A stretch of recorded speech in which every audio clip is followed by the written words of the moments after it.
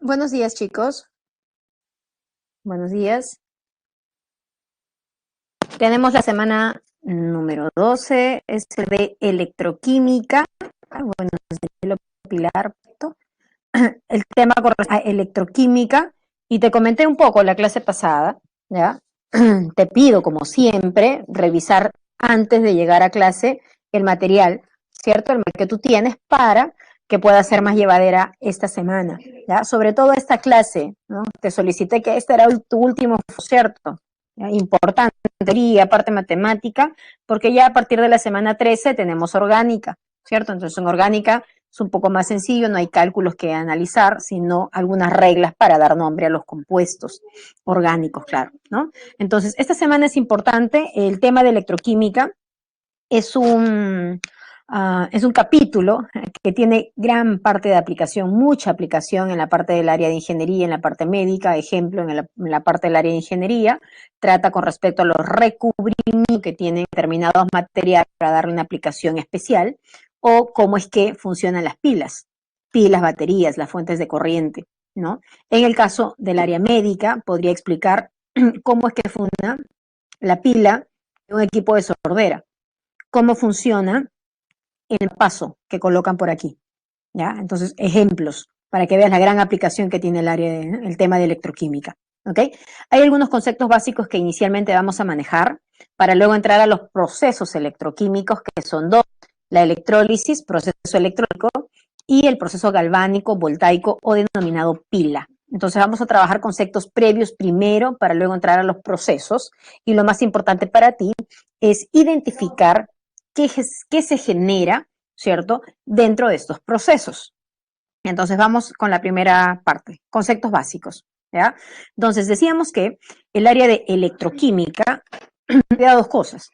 Estudia un proceso químico especial en este caso, porque no hablamos de cualquier cambio químico, ¿ya?, sino aquellas donde se producen óxido-reducción. Me refiero de las reacciones redox. Y además que están involucradas con la corriente eléctrica. Entonces, cualquier proceso en el que una reacción redox se ve involucrada con la corriente eléctrica, o en tus palabras, ¿no?, reacción reacción versus corriente, estoy frente al tema de electroquímica. Entonces, ya sé que no es cualquier tipo de reacción, que debo de hablar de reacciones redox, donde hay transferencia de electrones, flujo de electrones, y por ende implica corriente eléctrica. En base a esta relación, tengo dos procesos, te comentaba. El primero corresponde a que la corriente eléctrica es necesaria para generar reacción redox. La corriente eléctrica es necesaria para generar redox. Eso corresponde a procesos de tipo electrolíticos o electrólisis, como tú le llamas. ¿Qué beneficio tenemos en procesos de tipo electrolíticos? Podemos recubrir determinados materiales con algún elemento en especial para dar una aplicación adicional, como te comentaba, ¿ya? Tú conoces, por ejemplo, el acero, que es la aleación que tiene acero, hierro más carbono, ese es tu acero. ¿Okay? Pero conocemos el acero inoxidable, ¿cierto? A este acero común le damos un recubrimiento de níquel o de cromo para inhibirlo del proceso de oxidación. Entonces, este bañito que le dicen algunos, denominan recubrimientos metálicos, galvanoplastia, níqueles cromados, ¿cierto? Y también lo usamos en los procesos metalúrgicos. Podemos refinar y haber extraído el metal de determinado mineral, el cobre, con un porcentaje de pureza altito, 99,99%. Eso lo veremos en metalurgia, semana 7. Para ello también hago proceso electrolítico. Eso. Necesito corriente para que la reacción se genere. Cuando la reacción redox, ¿cierto?, colada en un dispositivo correcto, genera corriente. Mira, la reacción genera corriente. La reacción química de manera interna se produce y ella conlleva formar corriente, ¿no?, formar energía eléctrica almacenada en las pilas y en baterías, ¿no?, son fuentes de energía luego. Entonces, la acción redox involucrada con corriente, proceso químico. Si necesito proceso electrolítico. Si genero corriente, es un proceso galvánico, voltaico o pila. Definición de procesos. Hablamos de conceptos. Dime, ¿cómo estás en física? En física ya esta semana has hecho resistencia, corriente, voltaje, amperaje, Coulomb, serie, conexión en serie, alterna, continua. ¿Han trabajado eso? ¿Están, chicos? ¿Están o no están? A ver, por ahí están escribiendo, creo. No me siento solita así.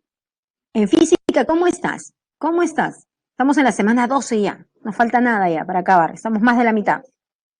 Ya has trabajado corriente, flujo, carga, hasta condensadores. Ya por ahí has visto pues resistencia, ¿cierto? Ya más o menos estamos. Entonces vamos a tener, yo voy a repasar entonces, ¿ya? Voy a repasar rapidito algunos conceptos, ¿ya? Para tener más claro más adelante. Ok, entonces, sigo. Conceptos básicos. El primer concepto es la carga. La carga eléctrica, si hablamos de corriente, ¿cierto? Dime, ¿qué es carga? ¿Qué es corriente eléctrica? Dime, ¿qué es corriente? Te ayudo, se expresa en Coulomb. Se simboliza con la letra Q. ¿Qué es corriente? Dime, ¿qué es corriente? No has revisado tu material. Así no vale, chicos. Así no vamos a trabajar si tú no vienes revisando. Asumo pues que estás por los ejercicios propuestos, ¿no? Por ahí estás. Repaso.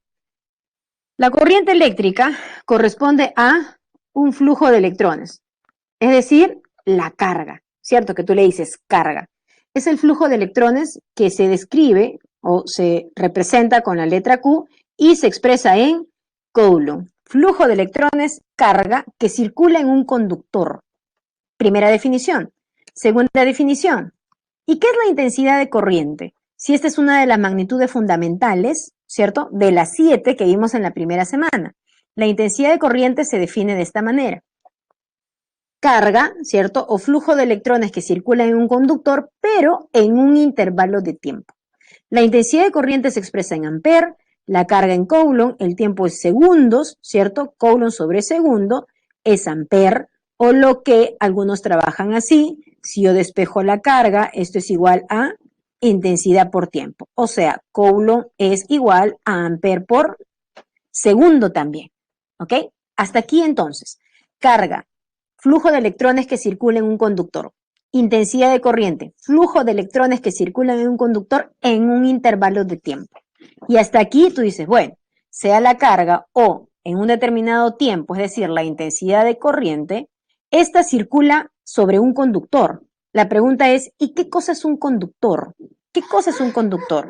Se incluso sabemos que hay tipos de conductores, como por ejemplo, están los metales o están las soluciones iónicas. ¿Qué cosa es un conductor? Aquella sustancia que ofrece poca resistencia al paso de corriente eléctrica. Sustancia que ofrece poca resistencia al paso de corriente eléctrica, eso es un conductor. Cuando se clasifican a los conductores, se dice que hay conductores de primera especie y hay conductores de segunda especie, de primera y de segunda. ¿Cuál es la diferencia? Los conductores de primera especie son aquellas sustancias que conducen de manera natural o, si quieres, innata, ¿cierto?, la corriente eléctrica. ¿Ya? Es una propiedad intrínseca de la materia, conducir la corriente eléctrica. Esos son los conductores de primera especie. Ahora, pregunta, dame un ejemplo de una sustancia conductora de primera especie, ¿okay?, que no sea un metal. Conductor de primera especie, aquella sustancia que de manera natural conduzca la corriente eléctrica. Que no sea un metal. Y buen conductor de la corriente. Dame el ejemplo. Te ayudo, se utilizan en las pilas. Son unas barritas negras. Es en tu lápiz. Ya, más no te puedo decir. Dame ejemplo. Muy bien, el grafito, perfecto. El grafito. El grafito. Entonces, el grafito, que es el carbono, ¿cierto? Es un alótropo del carbono, también es conductor de primera especie. Es aquella sustancia que de manera natural conduce la corriente eléctrica. Esa es de primera. ¿Quiénes son de segunda? Son aquellas sustancias que condicionadas conducen la corriente eléctrica. Ejemplo, pregunto, la sal de tu casa, ese compuesto iónico, ese cristalito blanco, dime, ¿conduce o no conduce? La iónica, la sal, ¿cierto? La de tu casa, ese cristalito blanquito, ¿conduce o no conduce? Sólido, sólido, la sal de tu casa es sólido, ¿cómo tienes tu sal? Sólido, ¿conduce o no conduce?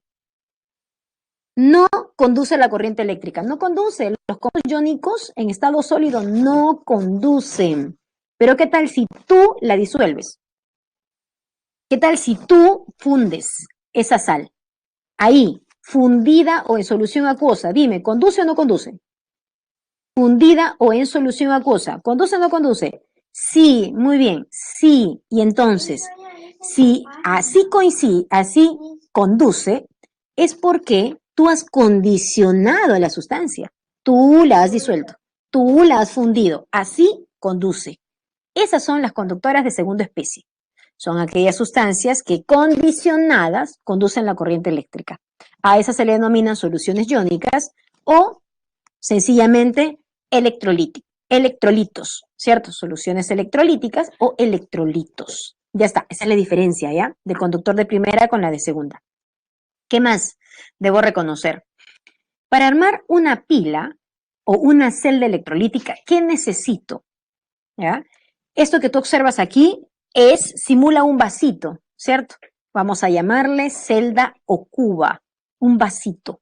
En el laboratorio un vasito, ¿ok? Ya en la parte industrial, pues será un recipiente mucho más grande, ¿ok? Ya, en tu laboratorio un vasito, micro, ¿ya? Un vasito.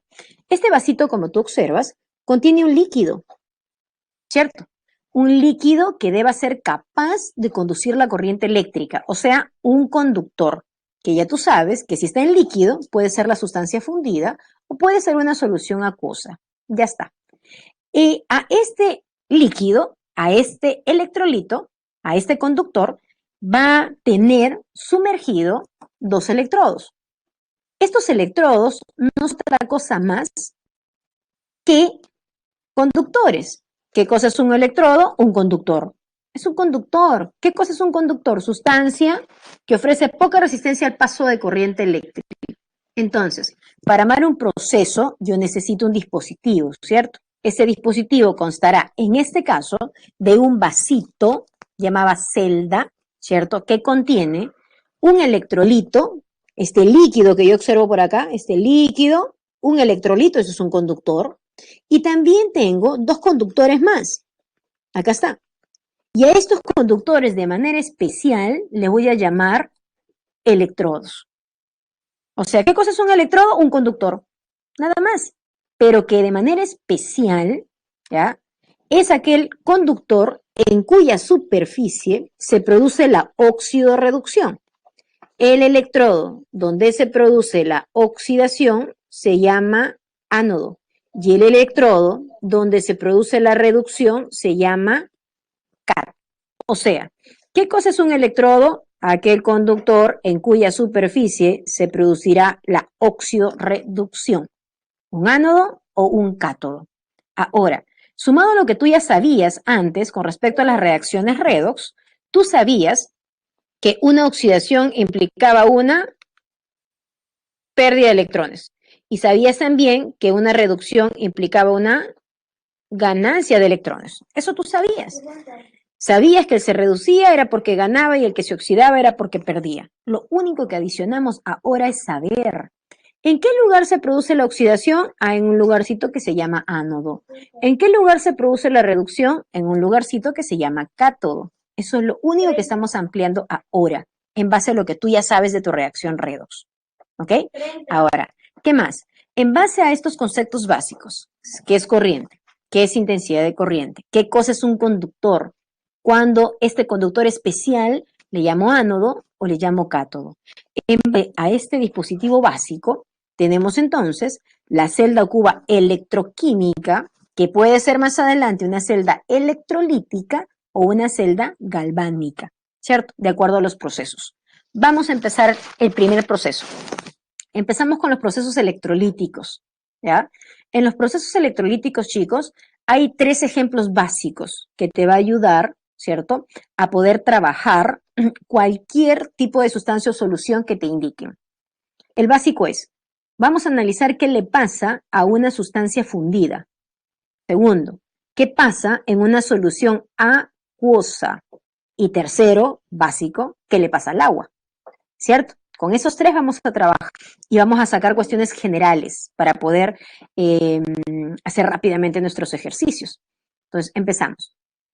El proceso electrolítico. ¿Cómo se clasifica? ¿Cómo identifico que estoy frente a un proceso electrolítico?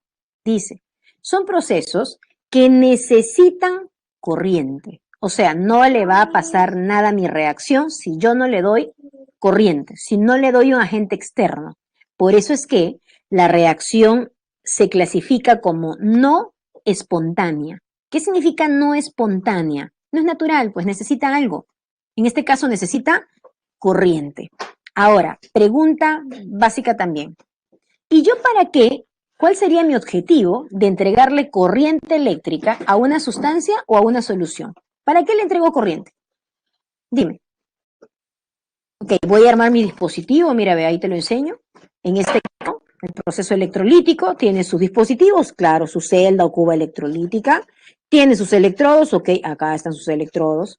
Necesita de corriente, ahí está, ¿cierto? Y voy a armar mi proceso electrolítico. La pregunta es, ¿y para qué le doy corriente? ¿Para qué a través de esta fuente, ¿cierto? Pila o batería, yo voy a suministrar corriente hacia, este caso, líquido, es el agua. ¿Para qué? Cuando tú entiendes el objetivo, ¿cierto?, de por qué entregamos corriente eléctrica, se hace fácil todo, incluso hasta qué cosa se genera, por qué se genera, en dónde se genera. ¿Ya? Ya, muy bien. Por ahí dice Ciro, claro, voy a romper enlaces, ¿cierto? Voy a modificar enlaces con el objetivo de formar, me dice Harold, sustancias lo más puras posibles, sustancias elementales, ¿cierto? No siempre te salen todas elementales, pero lo importante es que yo le doy corriente eléctrica para separar, para descomponer, ¿ok? Y de esa forma genero sustancias que de manera natural no las puedo encontrar en esa presentación y sí requieren su formación para aplicaciones industriales importantes. En este caso, por ejemplo, tenemos al agua, ¿ya? Según este sistema que hemos armado aquí, ¿qué se está generando? Oxígeno e hidrógeno. Entonces, aquí tengo agüita. Y esa reacción yo la coloqué en la segunda semana, cuando hicimos clase de materia. Y dijimos, el agua, que es un compuesto, puede separarse para obtener las sustancias más simples, que son las elementales, a partir de un método químico. ¿Cómo se llamaba? Pregunta en ese entonces. Dijeron, electrólisis, ¿cierto? Pues bien, si a esta sustancia le doy corriente eléctrica, esta se separa para obtener de ella las sustancias más simples, en este caso hidrógeno y oxígeno. ¿Ok? Paréntesis que te comento. Paréntesis, el agua se descompone de esta manera bajo una electrólisis solo si el agua se encuentra acidulada, que significa que se le ha tenido que agregar algunas gotitas de ácido sulfúrico al agua para que recién ahí se convierta en un electrolito y pueda conducir corriente. ¿Ok? ¿Ya? Entonces, comúnmente el agua pura no conduce la corriente eléctrica y en algunos casos habría que darle condiciones, ¿cierto? Para lograr la separación del agua, por si acaso. Por eso es que en la bibliografía tú vas a encontrar en la electrólisis del agua acidulada, ¿qué quiere decir? Que le echaron un poquito de ácido para que se propicie la descomposición, nada más, ¿ok? Solamente el medio. Listo, entonces, recuerda, entrego corriente eléctrica para separar o descomponer a las sustancias más simples posibles, ¿cierto? Y muchas de ellas son puras, Jaro. Ahora, ¿qué necesito? ¿Qué más? A ver, ¿qué más? Tengo. Ok. Aquí se observa todo el bosquejo completo, que lo voy a hacer por separado, ya más separado. Acá tengo todo el bosquejo completo. ¿Qué necesito entonces para hablar de una electrólisis? Primero, necesito este recipiente, ¿cierto? Que era tu vasito, ¿te acuerdas? Ese vasito, ¿cómo le llamamos? Cuba o celda electrolítica. Necesito aquí adentro, mi electrolito. ¿Quién es mi electrolito? Ah, es catión magnesio con anión cloruro. Ah, ok, mi electrolito es el cloruro de magnesio. Fundido, dice que está. Solo es líquido, purito, purito el cloruro de magnesio. Y entonces te preguntaba hace rato, si al cloruro de magnesio yo le doy corriente, ¿cuál es el objetivo? ¿Cuál es el objetivo? Dame de generar por disposición del cloruro de magnesio. Dime, rapidito. ¿Qué debo generar? Debo cumplir mi objetivo. Le doy corriente al cloruro de magnesio. Lo debo de separar. ¿Qué debo obtener? Sustancias elementales, ¿cierto? Debo obtener magnesio y debo obtener cloro. Pero ojo, el cloro es un gas y es por eso que aparece de manera diatómica. Fíjate, con el objetivo yo ya sé qué es lo que debe salir. La pregunta es, ¿y cómo salió? ¿Cómo se genera eso? Pues bien, chequea. Tengo mi electrolito, por lo tanto, en el electrolito tengo catión magnesio y anión cloruro. Tengo iones, ¿cierto? Tengo mis electrodos. Uno se va a llamar ánodo y el otro se va a llamar cátodo. En el ánodo sé que se produce la oxidación y en el cátodo sé que debe producirse la reducción. A él no le va a pasar nada si tú no le das corriente, ¿cierto? Hay que suministrar corriente a partir de una pila o batería, una fuente. Esta corriente circulará sobre los electrodos, llegará hacia la sustancia y se descompondrá. El catión, como tú observas aquí, catión es fuertemente atraído hacia el cátodo. El catión es atraído al cátodo, cargas opuestas se atraen. Y en el cátodo se produce la reducción, o sea, la ganancia de electrones. Y por ello se forma magnesio. El anión se dirige hacia el ánodo, porque cargas opuestas se atraen. El anión se dirige hacia el ánodo. En el ánodo se produce la oxidación, por lo tanto, la pérdida de electrones. Y ahí tú ves, por ganancia y pérdida de electrones, yo tengo una reacción redox, producto de que se haya entregado corriente eléctrica a este. Y así las sustancias simples, las elementales que yo buscaba. Este es el proceso. Ahora, en este caso, tengo la electrólisis. Mira quién está acá. Cloruro de sodio fundido. En general, entonces, hablamos qué es lo que le pasa a una fundida. ¿Ya? Compuesto iónico, estado líquido, purito, una sustancia electrolítica. Ok, entonces, ¿qué tengo? Cheque. Tengo el compuesto iónico aquí, el compuesto iónico fundido, tiene cationes y tiene aniones, ¿cierto? Tengo fuente de batería. Mi fuente, batería, suministra corriente, circula sobre los electrodos, llega hacia él y ¿qué hace con la sustancia? La para, ¿cierto? La para. Dime, te leo. ¿Qué genera cuando al cloruro de fundido le entrego eléctrica? Objetivo, debo de separar. Dame los productos. ¿Cuáles productos? Si yo le doy corriente, el cloruro de sodio, ¿cierto? Claro. Dime cuál producto espero.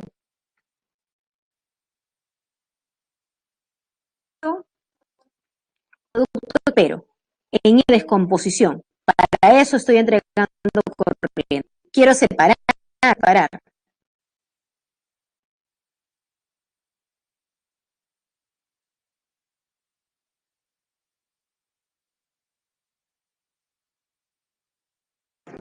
Quiero separar el cloruro de sodio.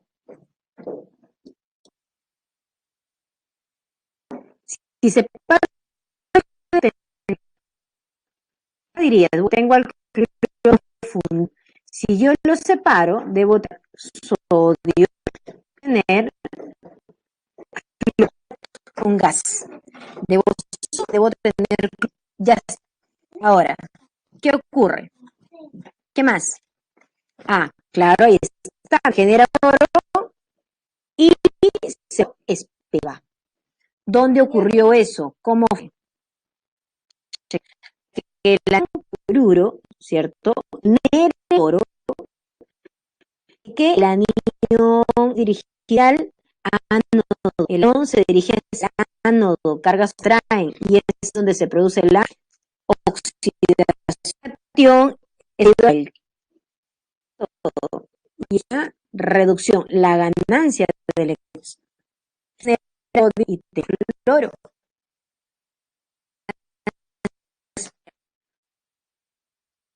Entregando corriente eléctrica. Ahí un gasecito se libera, un gasecito por ahí. Y entonces, físicamente se observa, ¿ok? El cloro en el sodio, en el básicamente. Eso es lo que se observa. Ves que tú vas a hacer eléctrica. ¿Sabes qué puedo? ¿Por qué pasó? Mismo, otra vista. Cloruro de fundicio a cloruro. Este es fuente de corriente. Esta fuente de corriente fluye electrodos hacia la sustancia. Objetivo, separar. Va a separar. Mira, los electrones, ¿cierto? Ahí hay un flujo de electrones eléctricos que se dirigen hacia todo. Los aniones se dirigen a todo. El producto de ello que otra, ahí está, entre y ahí los fluyen de nodo hacia la formación en el todo genera el ánodo genera pérdida, lo que se observa. Pues, mis reacciones, lo siguiente, ¿cierto? Como tú estás acostumbrado a hacer tu red, trabajar tu opción y se entonces tengo ganancia y pérdida de electrones. Estoy copiando igual a por acá. Electrones, un electrón reducción y dos se pierden. Pero como tú sabes, la ganancia y pérdida debe ser la misma. La pérdida debe ser la misma. Por lo tanto,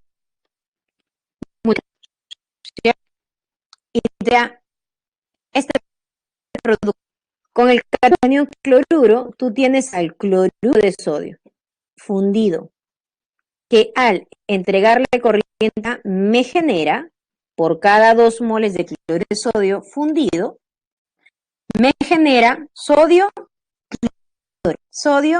y cloro. A ver, no sé si tienen algún problema más. ¿Está bien? A ver si me ven, por favor, para no perder tiempo.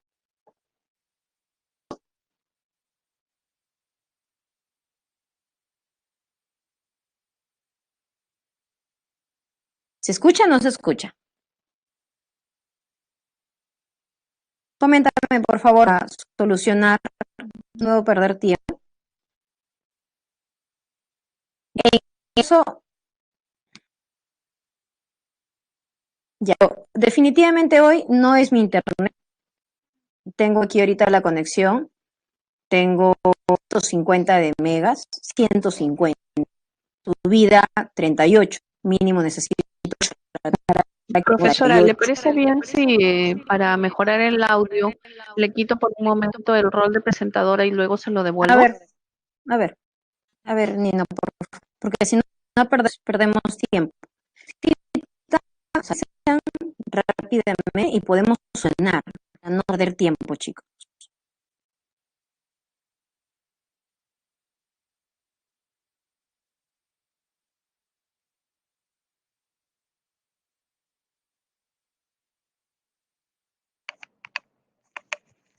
Intente ahora ver, profesora, por favor. Ya, a ver, me dan, por favor,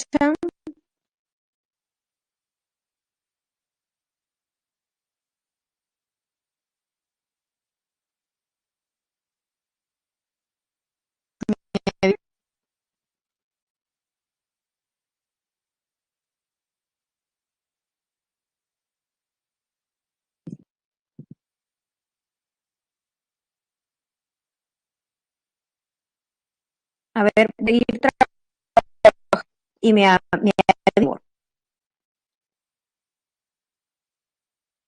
Está bien entrecortado el audio.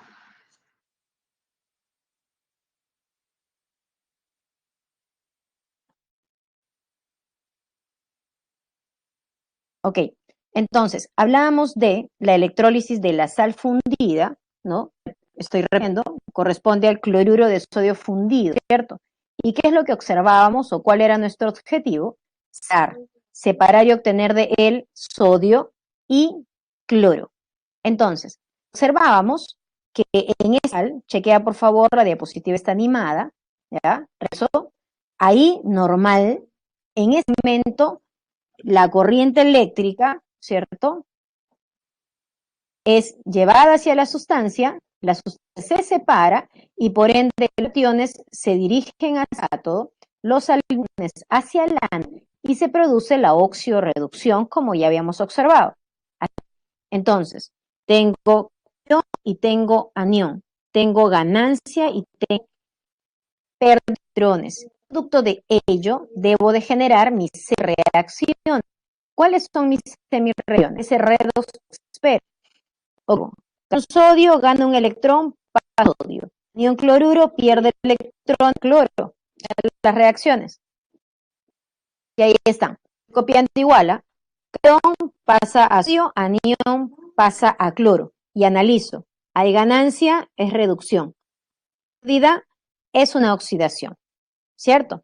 Ahora, como tú hacías en redox, hay una mol de electrones ganados, 2 moles de electrones perdidos, deben ser iguales, por lo tanto, multiplico, ¿cierto? Multiplico por ese factor que haga posible que el número de electrones ganados y perdidos sean los mismos.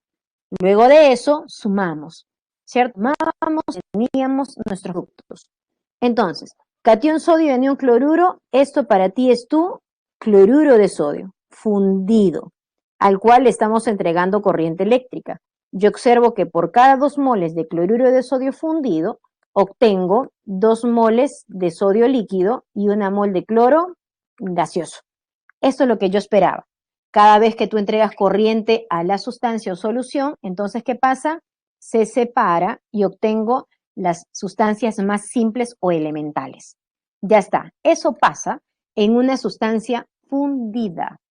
¿Qué ocurre si tuviera una solución acuosa? ¿Qué ocurriera? Chequea. En una solución acuosa, pues mira acá, tengo una solución acuosa, la electrólisis va a cambiar. ¿Por qué? Lo que se genera depende de a quién tú le das corriente eléctrica. En este caso le estamos dando a la solución acuosa de cloruro de sodio. Y aquí tenemos al cation sodio, al anión cloruro y también tenemos al agua. Por lo tanto, ¿cierto? Habrá opciones de quienes se puedan oxidar o quienes se podrán reducir. Y entonces, aquí, ¿qué debo analizar? Cuando yo encuentro o doy corriente eléctrica hacia la sustancia o solución en este caso, los productos que se generan en determinados electrodos dependen de la facilidad que tienen cada uno de estos participantes, ya sea para oxidarse o para reducirse. Te pregunto, me pongo en el caso, tengo una barra de hierro, una ¿ok? Ambos son colocadas en contacto con el ambiente, con el oxígeno. Barra de hierro, barra de oro. Ambos son metales. Ambos están en contacto con el oxígeno. Pregunta, dime, ¿quién se oxida? ¿Quién se oxida? ¿El hierro o el oro? ¿Quién se oxida, el hierro o el oro? Dime, ¿quién se oxida? ¿El hierro o el oro? A ver, por ahí te digo. El hierro. Muy bien. Y ahora, ¿y por qué? Si el oro también es un metal, ¿por qué el oro no es el que se tiene que oxidar? Dime, ¿el hierro o el oro? Tú me dices, ok, el hierro. Y es cierto, el hierro se oxida con mayor facilidad. Entonces, hasta ahí tú dirías, tenemos tanto al hierro como al oro. Ambos son metales. Ambos tienen tendencia para oxidarse, pero uno más rápido que otro, ¿cierto? Uno con mayor facilidad que otro. En este caso, el hierro. Y entonces, hay un valor numérico que va a medir cuál es la facilidad que tiene una sustancia para oxidarse o para reducirse. Más adelante lo veremos. Se llama potencial. Potencial. ¿Ya? El potencial de oxidación o el potencial de reducción va a medir la facilidad con que la sustancia puede oxidarse o reducirse. Ambos son metales, muy bien. Ambos tienen carácter metálico, correcto, pero no todos con la misma tendencia, ¿cierto? Con la misma intensidad. Entonces, en este caso yo analizo. Se puede reducir el catión sodio, pero también se puede reducir el agua, porque aquí está, ¿cierto? Se puede oxidar el anión cloruro o también se puede oxidar el agua. Entonces tengo esas 4 opciones. 2 solo deben de ocurrir, ¿cierto? Alguien debe de oxidarse, alguien debe reducirse. Entonces, cuando se realiza esto de manera experimental, observamos, por ejemplo, que por un ladito en el ánodo se está generando un gasecito, ¿cierto? Es un gasecito verde que tú observas por acá. Y en el cátodo también se observa otro gasecito, un gasecito blanquito por ahí, ¿cierto? Entonces, observo que en ambos casos salen gases. Producto de ello, entonces, ¿qué se habrá generado en el ánodo y qué se habrá generado en el cátodo? Entonces, cuando se tienen, y escúchame bien, cuando yo tengo soluciones acuosas, la de hace rato era fundida, cuando es fundido, sale el metal correspondiente y el anión. Ya está. Cuando se tiene solución acuosa, tenemos al agua como participante también aquí. Y escúchame, si yo tengo una solución acuosa, lo que vas a hacer primero es chequear al catión. Si ese catión viene, escúchame, del grupo 1A, del grupo 2A o del grupo 3A, cuando se encuentre en solución acuosa, si el catión viene de uno de estos grupos de la tabla periódica, al metal no le pasa nada. ¿Por qué? Porque tiene un bajito potencial de reducción. Por lo tanto, quien debe de reducirse es el agua. ¿Está bien? Te repito, si tengo soluciones acuosas, el agua interviene, chequeo al catión. Si el catión viene del grupo 1A, del 2A, del 3A, o sea, metales alcalinos térreos y la familia del boro, al metal no le pasa nada, siempre y cuando se encuentre en solución acuosa. ¿A quién le debe pasar entonces algo? Al agua. Estoy hablando de la reducción, ¿cierto? En el catión. Listo. Ahora, en el anión observamos, ¿no? De que ¿quién se está oxidando? Pues es el cloro, es la característica del gas que se genera. Otra vez, en el ánodo se genera la oxidación, como observas aquí, y en el cátodo, dice, es una semicelda diferente en el cátodo. ¿Qué se estará generando en el cátodo? Pues como al metal no le pasa nada, al agua debe estarle pasando. En el cátodo se reduce el agua y por reducción del agua lo que se genera es hidrógeno. Ahorita vamos a ver la electrólisis del agua también. Por reducción del agua se genera hidrógeno. Entonces, tenemos reducción del agua en el cátodo y oxidación del anión cloruro en el ánodo. ¿Estamos? Eso es lo que debe suceder en la solución acuosa. ¿Ya? ¿Qué más tengo? A ver. Aquí. ¿Ya? Voy a seguir analizando a esa acuosa. Ya reconocí que el que se debe reducir es el agua y el que se debe oxidar es el anión cloruro. Ya lo reconocí. Entonces busco mis semireacciones. Por reducción del agua se genera hidrógeno. Reducción, mira, esa es ganancia de electrones. Se reduce. Y por oxidación del anión cloruro se genera el cloro. Oxidación. Ya está. No te olvides, esto va en el cátodo y esto va en el ánodo. Ya está. Y entonces, como hay 2 moles de electrones ganadas y 2 perdidas, sencillamente sumamos. Catión sodio y anión cloruro, esto es cloruro de sodio. Se encuentra en estado líquido, o con el agua, perdón, la solución es acuosa y son 2 moles, al cual le estoy entregando corriente eléctrica y lo que va generando es hidrógeno, cloro y en este caso también hidróxido de sodio. Es decir, que los productos van a variar dependiendo que si la sustancia sea fundida, o se encuentre en solución acuosa, ¿ok? O en solución acuosa. Así que de esa manera vamos a poder identificar, ¿ok? Listo. Otra condición, otra situación, otro tipo de electrólisis. Ejemplo, tengo aquí la electrólisis ¿de quién? A ver, tengo mi celda electrolítica, tengo mis electrodos, uno va a funcionar como cátodo, uno va a funcionar como ánodo, ¿ok? Tengo mi fuente de energía, mi pila o batería, corriente externa, ¿cierto? Una fuente que me va a suministrar corriente, llegará sobre los electrodos hacia la sustancia.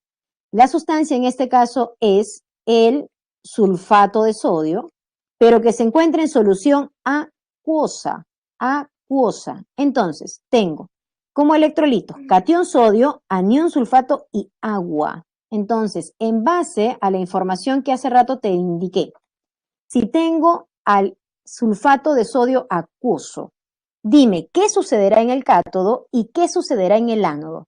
Pregunta, si acá yo tengo catión, sodio, pregunta, ¿se podrá reducir el sodio si estoy frente a una solución acuosa? ¿Qué me dices? El sodio. ¿Quién es el sodio? Es un metal alcalino, grupo 1A de la tabla. ¿Le pasa algo a aquel metal, catión, dentro de la sal, que provenga del grupo 1A, del 2A, del 3A? ¿Le pasa algo o no?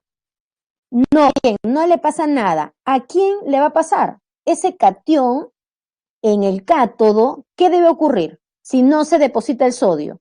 ¿Quién se reduce entonces? Perfecto, Ciro, gracias. El agua. Muy bien, el agua. Y entonces ya analicé. En la electrólisis del sulfato de sodio acuoso, te repito, acuoso, chequeas al catión. Grupo 1A, 2A, 3A de la tabla, no le pasa nada. Y entonces debe ver, ¿cierto? Esa es mi probabilidad, ¿no? Que pueda reducirse el catión sodio, que pueda reducirse el agua, que se oxide el anión sulfato o que se oxide también el agua presente. Ya sabemos que a este no le pasa nada, por lo tanto, se debe de reducir el agua. Bien, no se oxida el anión sulfato, ¿ya? Quien se oxida también es el agua. Y tú dirás, pero ¿por qué no se oxida el anión sulfato? Ya, a ver, ¿por qué? Si tú analizas aquí, en el caso del anión sulfato, recuerdas clases pasadas, el azufre tiene carga más 6. El azufre tiene carga más 6. Es un mayor estado de oxidación. Mayor estado de oxidación. Por lo tanto, si tú piensas que él pueda oxidarse, la pregunta es, ¿y cuál sería el estado de oxidación en la que el azufre tuviera ahora? ¿Cuál? Si el azufre como máximo tiene más 6. Ella no se puede seguir oxidando, no tiene otro estado oxidador. Por lo tanto, él no se oxida. Quien se oxida es el agua en este caso. Entonces, se reduce el agua, se oxida el agua. Lo que estoy presenciando es la electrólisis del agua. Por electrólisis del agua, ¿qué genero? Si el agua se reduce, gana electrones, se genera hidrógeno. Si el agua se oxida, oxida y está, mira la pérdida de electrones, se genera oxígeno. De tal manera que en la oxidorreducción del agua, en la electrólisis del agua, se genera esto, ¿no? Que es una reacción que inicialmente se había colocado. Ahora, ¿cómo analizas eso? Porque chequeas a quién le vas a dar corriente. Ahora, para que quede más claro esto, voy a hacer nuevamente eso de manera más detallada, ¿ok? Para que veas cómo se ha hecho el balance ahí, si no está bien claro. Aquí hay que recordar el balance ion-electrón que vimos las semanas anteriores. Al agua, te repito, acidulada, le voy a dar corriente eléctrica, objetivo, tener sustancias puras o elementales. Incluso, como tú ya sabes el balance, me dices, esto debe terminar así. Esto es lo que yo busco, Por eso doy corriente eléctrica. Entonces, ¿cómo se generan esas semireacciones? Vamos a iniciar así. Decimos, al agua yo le doy corriente eléctrica para obtener hidrógeno. Al agua yo le doy corriente eléctrica para generar oxígeno. Voy a analizar esos dos, ¿ya? Ahora, debo de recordar el balance ion-electrón. Voy a empezar por el oxígeno, que va más sencillo. Mira, 2 oxígenos en el producto, 2 oxígenos en el reactante. 4 hidrógenos en el reactante, debo tener 4 hidrógenos en el producto. Donde falte hidrógeno se completa con H+. Recuerda, semana 8 o semana 7. Ahora, carga. Acá tengo más 4, ¿cierto? Tengo 0 en el reactante, por lo tanto, esto se anula con 4 electrones. Más 4, menos 4, 0. Hay una pérdida de electrones y esa pérdida implica una oxidación. Y ya tú sabes que la oxidación se genera en el ánodo. ¿Qué más? Sigo mi balance. 2 hidrógenos, ya está. Un oxígeno, acá me falta oxígeno. Ojo, donde falte oxígeno completas con OHs. Pero si acá hay un oxígeno y acá también hay, pues ahora el hidrógeno me falta, ¿no? Tú completas el balance y ahí lo tienes completo. 4 hidrógenos en el reactante, 4 hidrógenos en el producto, 2 oxígenos en el reactante, 2 oxígenos en el producto, perfecto. Carga, 0 en el reactante, pero en el producto hay menos 2, por lo tanto, menos 2 también en el reactante. Observo una ganancia y la ganancia implica una reducción. Y la reducción se genera en el cátodo. Entonces aquí observo que por reducción del agua se genera hidrógeno. Por oxidación del agua se genera oxígeno. Ya está. Ahora, para seguir tu redox, dices, hay 2 moles de electrones ganadas, 4 moles de electrones perdidas, pero deben ser igual. Por lo tanto, a todo él multiplico por 2. Multiplico y sumo a la vez. Va, 2 y 2, 4 electrones en el reactante, más 2 y 2 ahí arriba, 2 y 2, 4 de agua, más 2 abajo, 6 moles de agua. Me generan 2 moles de hidrógeno, más 1 mol de oxígeno, más 4H más, chequea aquí arriba, 2 y 2, 4 OHs, más 4 moles de electrones. Moles de electrones ganadas 4, perdidas 4, esas eran las transferidas. Ahora, H y OH tengo agua. 4H más 4H me dan 4 aguas. Tenía 6 inicialmente en el reactante. 6 menos 4, 2. Y ya está. Por cada 2 moles de agua al cual yo le doy corriente eléctrica, me genera 2 moles de hidrógeno y 1 mol de oxígeno gaseoso. Esto es lo que yo esperaba. Y ya sabes cómo se genera y en qué lugar se genera. El agua se oxida y te genera oxígeno. El agua se reduce y te genera hidrógeno. Así, de manera detalladita, cómo se produce la oxidorreducción del agua. ¿Ok? Ahora, en base a eso vamos a practicar. Tú me vas a decir aquí, ¿cuál es el producto en el ánodo? Es decir, en base a una oxidación, o cuál es el producto del cátodo en base a una reducción de estos electrolitos. De esos electrolitos. A ver, anda repasando. Tengo aquí, ojo, analizo, fundido, líquido, fundido. Entonces digo, acá hay catión calcio y hay anión bromuro. Dime, ¿quién va en el ánodo y quién va en el cátodo? A ver, practiquemos. Si es fundida la sustancia, si está fundida, este es tu electrolito. Recuerda, ánodo, ahí se dirige el anión y en el cátodo se dirige el catión. Dime, ¿qué se genera en el ánodo? ¿Qué se genera en el cátodo? En el primer caso, practiquemos. Acá, ¿no? Si este es el catión, debe dirigirse hacia el cátodo. Entonces lo que debo obtener es calcio. Este es el anión, debe dirigirse hacia el ánodo. Debo obtener bromo, voy a colocar bromo molecular, porque el bromo se encuentra así, elemental es diatómico y líquido en sí. Ya, en el siguiente, chicos, en el siguiente, la solución es acuosa. Tengo anión y tengo catión. Acuosa. Y si es acuoso, decíamos, voy a ver quién es el metal, ¿cierto? Es el catión calcio. Calcio, grupo 2A de la tabla. ¿Le pasa algo o no al calcio? ¿Le pasa algo o no al calcio que se encuentra en el grupo 2A de la tabla? No, no le pasa. Ya entonces, dime, ¿cuál es el producto? Si el calcio no se va a dirigir al cátodo, ¿cierto? En el cátodo que se produce la reducción, muy bien, se reduce el agua y producto de la reducción del agua, tengo hidrógeno, ¿cierto? Y entonces aquí pues tendré el bromo. Ahí está. Ya, aquí, otra vez aquí. Repito, acuoso, te ayudo. Voy avanzando. Por aquí genero cloro. Dime qué genero en el cátodo. ¿Le pasa o no algo al níquel? ¿Le pasa o no algo al níquel? ¿Le pasa o no le pasa? Entonces, bueno, el níquel es un elemento de transición. Está en la mitad de mi tabla periódica, grupo 8B de la tabla. Perfecto. Níquel por acá. Níquel, al níquel sí le pasa algo. Cuidado, Félix, ¿ya?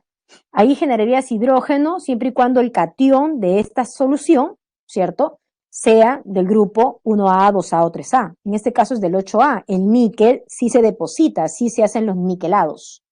Ya, siguiente acá. Ahí, el cobre, dime, ¿le pasa algo o no al cobre? Muy bien, cobre, perfecto. Sí, el cobre se deposita y por aquí se oxida el agua, genera oxígeno.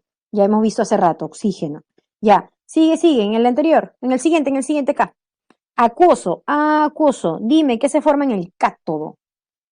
En el cátodo. Aquí se forma la plata, pues porque la plata siempre se reduce y eso tú lo sabes. Y aquí se genera oxígeno porque hay agüita. En este último, en el sulfato de aluminio, dime, ¿qué se genera en el cátodo? ¿Qué se genera en el cátodo? ¿Mm? Muy bien, Astrid, muy bien. Porque tú dices, ojo, aluminio. El aluminio es un elemento del grupo 3A de la tabla. No le pasa nada, pero está el agua. Entonces el agua se va hacia el cátodo, ¿cierto? Y es ahí donde se genera, por reducción del agua, hidrógeno. Y por oxidación del agua, oxígeno. Ya está. De esa manera, entonces estamos repasando, ¿no? Repasando los productos que se pueden generar. Perfecto. En base a ese análisis, el resto es matemática. ¿Y cuál es nuestra matemática? Lo que nos dice Faraday. Las leyes de Faraday establecen la relación cuantitativa que hay en un proceso electrolítico. Es decir, cuanto más corriente doy, más masa debo generar, ¿cierto? Cuanto más tiempo circula mi corriente en determinado dispositivo, más masa debo generar, ¿cierto? En el ánodo o sea en el cátodo. Eso me describe las leyes de Faraday. A ver, ¿qué más me dice Faraday? Faraday describe lo siguiente, ¿ya? Cuidado aquí. Michael Faraday, fue un físico químico que relacionó y dio mucha importancia con respecto a la cantidad de corriente que circula, ¿no?, sobre los electrodos y cuánta masa se genera. Entonces, tan importante fue el aporte que nos dio Faraday de que a él, a su apellido, le dieron una equivalencia, porque tú sabes que un Faraday equivale a 96.500 Coulomb, que es una carga. La pregunta es, ¿una carga para qué? ¿Cierto? Esa cantidad de carga se requiere para transferir una mol de electrones o depositar, se refiere a sólidos y líquidos, o liberar, en el caso de los gases, un equivalente gramo de sustancia. Entonces, ¿qué necesito que recuerdes aquí? Por cada Faraday, un mol de electrones. O al revés, cada mol de electrones transferidos en un proceso se requiere un Faraday. Voy a regresar, dame un ratito, dame un segundo, regreso aquí. Aquí. En esta electrólisis que es del agua, ¿cierto? Dime, ¿cuántas moles de electrones en esta reacción redox se han transferido? En esta reacción redox, dime, ¿cuántas moles de electrones se han transferido? ¿Cuántas? En este balance. Tú observas cuánto se gana, cuánto se pierde, haces, ¿cierto?, ese artificio numérico, ¿ah?, para que el número de moles de electrones ganadas y perdidas sean iguales. Y cuando hacemos el balance, hacemos, se ganaron 4, se perdieron 4, o sea, se transfirieron 4. En esta reacción redox se han transferido 4 moles de electrones. Pregunta, ¿a cuánta corriente equivale eso? Si hay 4 moles de electrones, ¿a cuánta corriente equivale eso? Si Faraday dice, por cada mol de electrones, un Faraday. Muy bien, Ciro, gracias. Aquí hay 4 moles de electrones que se han transferido, o sea, se han necesitado, como dice Ciro, 4 Faraday. La pregunta es, ¿para qué? Por cada 4 moles de electrones se requieren 4 Faraday. Entonces, ¿para qué? Por cada 4 Faraday que tú le das al agua, se descomponen 2 moles de agua, se generan 2 moles de hidrógeno y 1 mol de oxígeno. Entonces, pregunta, si yo al agua le doy 8 Faraday de corriente, dime, ¿qué sucede? ¿Cuántas moles de agua se descompusieran? Si yo doy 8 Faraday de corriente en un dispositivo que contiene agua, ¿cuántas moles de agua se descomponen? ¿Cuántas moles de hidrógeno y de oxígeno se generan? Entonces, aquí lo que se debe de respetar es la estequiometría. ¿Estamos? Un Faraday, 1 mol de electrones, repito, acá 4 moles de electrones se han transferido, o sea, se han necesitado 4 Faraday. Si yo quiero descomponer 2, si quiero formar 2 y si quiero formar 1.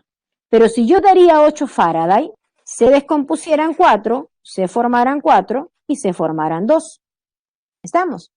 Esa es la relación estequiométrica y puedes jugar con la cantidad que tú das. En una reacción, moles de electrones transferidas corresponden a los Faraday. Ahora, más. ¿Qué más dice Faraday?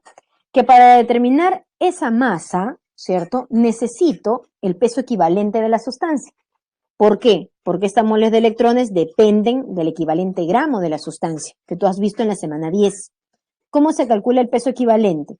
De esta manera. Masa molar de la sustancia generada entre un factorcito, que corresponde al número de moles de electrones transferidas, ¿ya? Que en el caso de los metales coincide con la carga. Ejemplo, aquí, tengo el catión sodio. El catión sodio gana un electrón y se convierte en sodio elemental. El catión sodio gana un electrón y se convierte en sodio elemental. Es ahí donde tú observas. Esta es la masa molar. Esto es lo que se ha formado. Su masa molar es 23, me darán de dato. Por esta mol de sodio que se ha formado, se ha transferido 1 mol de electrones. Por lo tanto, su peso equivalente es 23. Por eso te decía que en el caso de los metales coincide con el estado de oxidación, ¿cierto? 23. Otro ejemplo. Tengo aquí, en la oxidación del agua. Se ha generado oxígeno. Quiero el peso equivalente de él entonces. Se ha formado 1 mol de oxígeno. Y 1 mol de oxígeno pesa 32 gramitos. Por esta mol de oxígeno se han transferido 4 moles de electrones. Ahí están los 4. Por eso es que el peso equivalente del oxígeno es 8. Así se determina el peso equivalente. ¿Ok? Por cada mol de sustancia formada, ¿cuántas moles de electrones se han transferido? Ahora, en función a eso, tenemos la primera ley de Faraday. ¿Qué dice la primera ley? Bueno, que la masa que se genera es proporcional a la cantidad de carga que circula. Se puede calcular de esta manera. Peso equivalente por la carga, pero como tú sabes esto, que la intensidad es carga sobre tiempo, estoy despejando y reemplazar la carga, que es igual a la intensidad por tiempo, que es lo que estoy colocando acá. Ahora, esta operación que puede ser muy sencilla por muchos, ¿cierto? Entonces, solo necesito que tengas cuidado esto. La masa te va a salir en gramos siempre y cuando la intensidad esté expresada en amper y el tiempo esté expresado en segundos. ¿Por qué? Amper por segundo te da coulomb y se irá con lo que el coulomb que tú tienes ahí abajo. ¿Ok?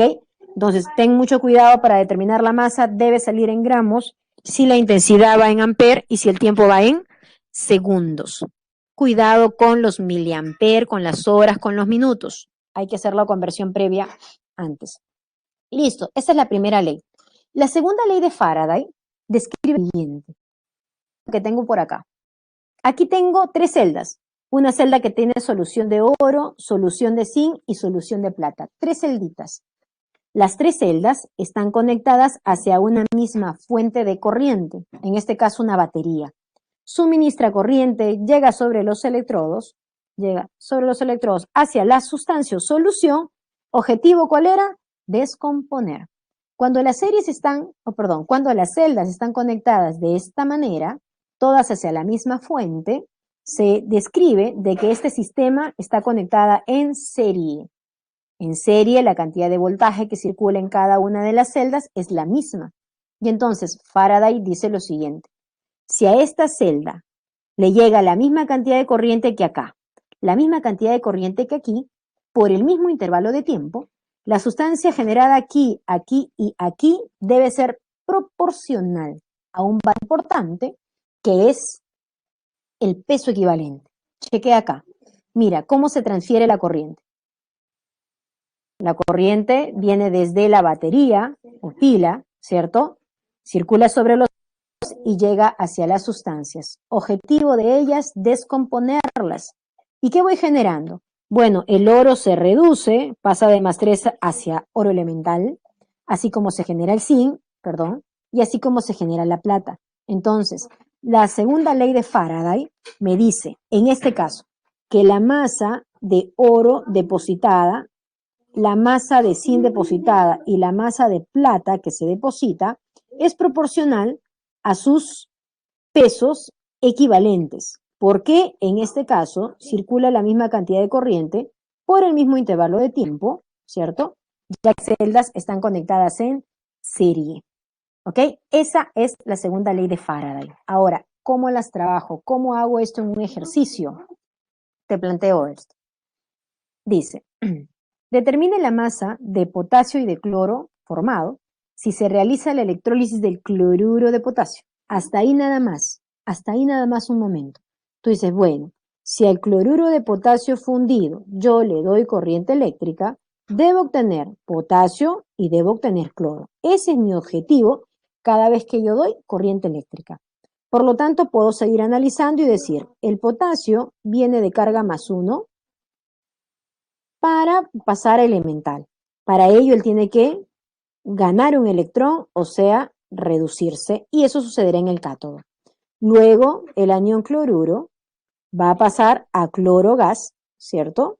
Entonces, tu balancito por aquí, hay una pérdida de electrones y él se oxida. Bien, este es mi análisis. Ahora, me dicen, determine la masa de potasio. Entonces, masa de potasio. Esto será igual. Su peso equivalente por densidad por el tiempo entre 96.500. Y solo voy a reemplazar peso equivalente, masa molar 39 entre un factorcito. Y revisa el factorcito. Mira, por 1 mol de potasio que se forma, se transfiere 1 mol de electrones. Ya está. Intensidad 9,65 amperes, tiempo 1000 segundos entre 96.500. ¿Cierto? Y ahí tú operas la masa de potasio.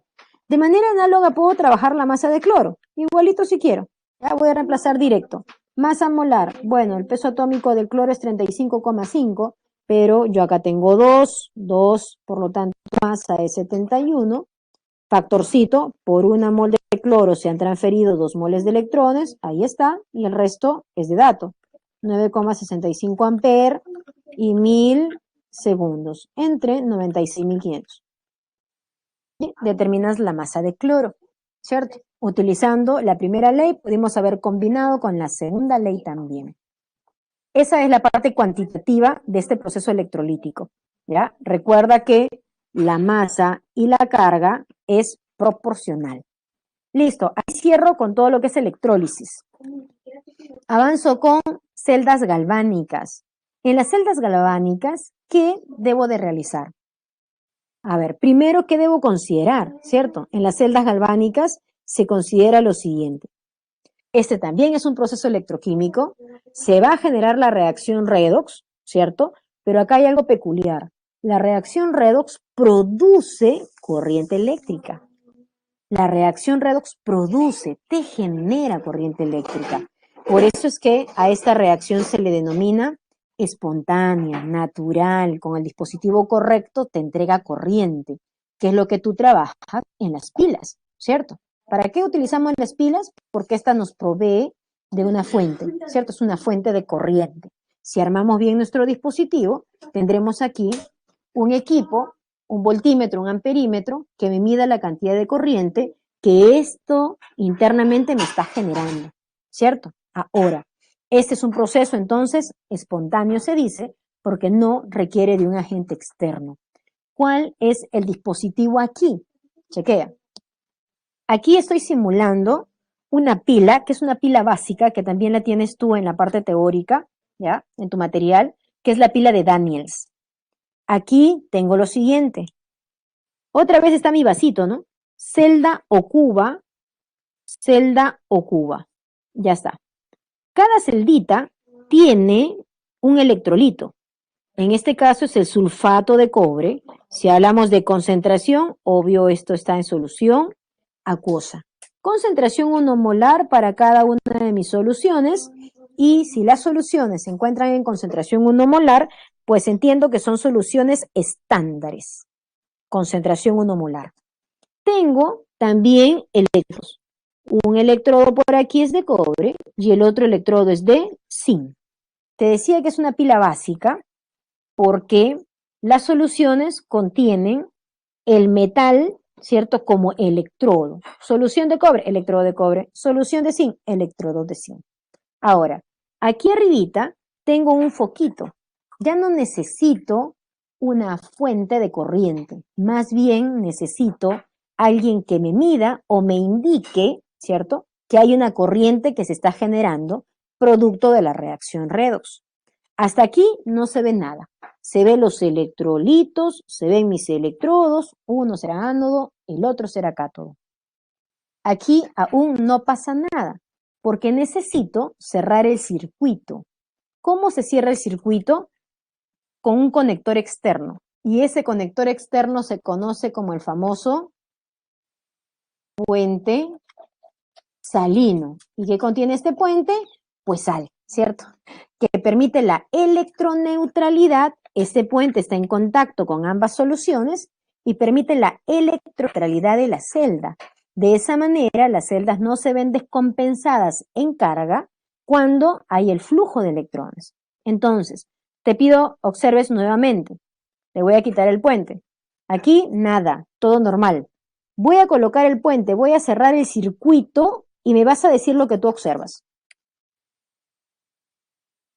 Cierro el circuito y ¿qué observé? Dime, ¿qué pasó con el electrodo de cobre y qué pasó con el de zinc? ¿Observaste? Mira, ahí está otra oportunidad. Coloca un puente y observamos cambios en los electrodos. Se ha generado una reacción y producto de ello tu foco incendió, o sea, está conduciendo corriente, te está generando corriente, alimentando ese foquito. Dime, ¿qué le pasó al cobre? ¿Qué le pasó al zinc? Has observado, ¿no? Has observado que el cobre ha comenzado a ganar más masa, ¿no? Y que el zinc aparenta disolverse, ¿cierto? Aparenta desaparecer. Entonces, ¿qué está pasando? Chequeo. ¿Qué sucede en cada electrodo?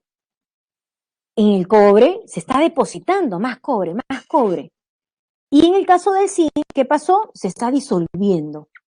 Y entonces, si eso ocurre, ¿cuáles son mis reacciones? Mis semireacciones en todo caso. Bueno, en el cátodo, donde siempre se ha producido la reducción, hay una ganancia de electrones y por ende, este cobre más 2 que se encuentra en la solución se está depositando como cobre sólido. Mientras tanto, este zinc que se encuentra aquí está pasando hacia zinc de la solución, oxidándose, claro, ese es el ánodo, se oxida. Y mediante, o cuando esa reacción sucede, te está entregando corriente, te está entregando corriente. A ver, ¿qué más me preguntan? Ah, y entonces, ¿cuáles serán los signos de mis electrodos? ¿Cuáles serán? Si este es el cátodo y este es el ánodo, ojo, aquí hay una ganancia, perdón, pérdida de electrones, ¿no? Es una oxidación, aquí una pérdida de electrones. Si hay pérdida de electrones, el polo del ánodo debe ser negativo, porque quien pierde es quien bota, ¿cierto? Quien repele los electrones. Quien gana se reduce, y si gana, si atrae los electrones, el polo debe ser positivo. Y que no te puedes olvidar que los electrones, el flujo de electrones, que es lo que tú quieres en esta pila, que te dé corriente, siempre va desde el ánodo hacia el cátodo, desde donde se pierde hacia donde se gana. Entonces, cuidado aquí. Una de las diferencias entre las celdas electrolíticas y las celdas galvánicas es en que las celdas galvánicas, los polos son contrarios a los de las celdas electrolíticas. Ojo, en el ánodo se sigue produciendo la oxidación. En el cátodo se sigue produciendo la reducción y la ganancia. Eso no cambia. Lo que cambia son los polos. ¿Y por qué cambian los polos? Porque en este dispositivo, aquí, tú necesitas corriente. En este dispositivo, tú necesitas corriente. Y para generar corriente debe haber un flujo de electrones, que siempre va del ánodo al cátodo. En el caso de la celda electrolítica, tú no buscas corriente. Es más, se necesita corriente para generar sustancias y propiciar la movilización de los iones, el catión hacia el caranión hacia el ánodo. ¿Ok? En el caso de las celdas galvánicas, te repito, el ánodo tiene polo negativo y el cátodo tiene polo positivo. ¿Y qué más está pasando? Te muestro otra vista. Mira, aquí. Igual, tengo aquí un ánodo, mira, aquí está colocado el zinc ahora y por aquí tengo el cátodo de cobre. Tengo mi puente salino, mi conector externo y ahora tengo un voltímetro porque quiero medir, cuantificar qué cantidad de corriente se está generando. Observo de manera micro, este zinc comienza a disolverse y cada vez pasa a zinc más 2 porque se oxida. Mientras que el cobre de la solución 2 se reduce, ¿cierto? Gana electrones y se va depositando. El cobre se reduce, el zinc se oxida y por ende tengo una reacción neta, ¿cierto? Que es la suma de mi semireacción de oxidación y mi semireacción de reducción, mi reacción neta. Y esa reacción neta, chicos, lleva a obtener una representación de la celda que es conocido como el diagrama de celda, ¿ya? Que es lo que vamos a trabajar más ratito. Es una reacción espontánea, natural, porque no necesito nada, es más, se entrega corriente. Se produce una oxidación y una reducción de electrodos respectivos. ¿Ya? Esa es otra vista de lo que acabamos de ver anteriormente. Ahora, mi reacción neta, te decía, era producto de la oxidación del zinc y de la reducción del cobre. Y en base a reacción neta se establece una representación denominada diagrama de celda. Este diagrama de celda se coloca de esta manera siempre. Primero lo que pasa en el ánodo y luego lo que pasa en el ánodo. ¿Por qué de esa manera? Porque se sabe que los electrones fluyen desde el ánodo hacia el cátodo, desde el ánodo hacia el cátodo. En el ánodo se produce la oxidación, ya la sé. En el cátodo la reducción. Ánodo oxidación, de 0 a más 2, me lo está diciendo mi reacción neta, mira, de 0 a más 2, ahí está mi oxidación. El zinc pasa a una solución acuosa, cuya concentración es 1 molar. En el caso del cobre, parte de más 2 y llega hacia cobre 0, o sea, él se reduce. Y el cobre venía de una solución acuosa, cuya concentración era 1 molar también, y pasa a cobre 0. Con este diagrama de celda, tú puedes verificar si se oxida y quién se reduce y representar entonces el esquema trabajado. ¿Ok? Ahora, necesito medir la cantidad de corriente. ¿Qué cantidad de corriente se generó? ¿Qué lectura dio mi voltímetro? Entonces, para eso hago uso de la tabla de potenciales, porque hasta aquí nomás, aquí debimos habernos preguntado, ¿no? ¿Y cómo yo sé que el zinc se oxida? ¿Cómo sé que el cobre se reduce? ¿Cómo reconozco eso? Aparece, te comentaba antes con el ejemplo del hierro y del oro, de que, si bien es cierto, son metales, todas las sustancias estas que analizamos en su mayoría, ¿cierto? Tienen tendencia para oxidarse, pero unos más, otros menos, ¿no? Y quien medía esa facilidad potencial, que es lo que vamos a ver aquí. Las tablas de potenciales, ¿ya? Te dan un conjunto de datos. Todos estos datos vienen así, de dato en el examen. Tú no tienes nada que memorizar, de dato. Y entonces, si vienen de dato, lo único que yo necesito sería analizar. Pues observo aquí. Si me dan tablas de reducción, y entiendo que son de reducción porque mira, si tú chequeas todo es ganancia de electrones, se reconoce que cuanto mayor sea ese potencial, mayor facilidad tendrá la sustancia para reducirse. Ojo, mayor potencial, más fácil es para reducirse o más tiende a reducirse. Entonces, si yo quiero comprobar qué es lo que pasaba con el cobre, entonces tenían que haberme dado los datos. Por ejemplo, aquí yo tengo al cobre, su potencial, acá está el cobre, ¿ya? Y por aquí, más abajo, debe estar el zinc. ¿Dónde estás? Sí, ya te perdí. Acá está. Ahí está el del zinc. Entonces, cada uno tiene su valorcito, ¿cierto? Que mide su facilidad, valor que a ti te darán. De esa manera voy a identificar quién se oxida, quién se reduce y qué cantidad de corriente se genera en este proceso. A ver, ¿cómo es? Esto es lo que quiero, ¿cierto? Tengo cobre, tengo zinc, con sus soluciones, pueden ser de sulfato, de nitrato, no importa, ¿cierto? Igual me da. Tengo ánodo, cátodo, flujo de electrones desde el ánodo hacia el cátodo y me debe generar un voltaje. Y claro, tengo mi puente salino, ¿no? Para cerrar el circuito. Entonces, aquí se genera este voltaje, denominado fuerza electromotriz. ¿Qué es la fuerza electromotriz? El trabajo neto que hace internamente el sistema para entregarte corriente, energía, fuerza electromotriz en este caso. Ahora, también se denomina potencial estándar de celda, que se calcula, esto es una convención muchachos, se calcula como el potencial de reducción. Ojo, tú tienes estos valores. Lo único que te pido es analizar qué pasa en el cátodo y quién está en el ánodo. Nada más. Si yo armo una pila, es para que la pila me sirva. Por lo tanto, la pila siempre te debe dar un potencial positivo, indicador de que la pila funciona, de que la pila que tú has armado es correcta. ¿Ok? Entonces, en base a eso, yo puedo medir esta fuerza electromotriz o el potencial estándar, ¿ya? Y como su nombre lo dice, es estándar, ¿ya? Cuando las soluciones se encuentran en concentración 1 molar. Y la tabla también indicaba de que era medido a 25 grados Celsius, y por ahí alguno se dio cuenta. Porque tú bien sabes que si la temperatura cambia, pues los potenciales también cambian.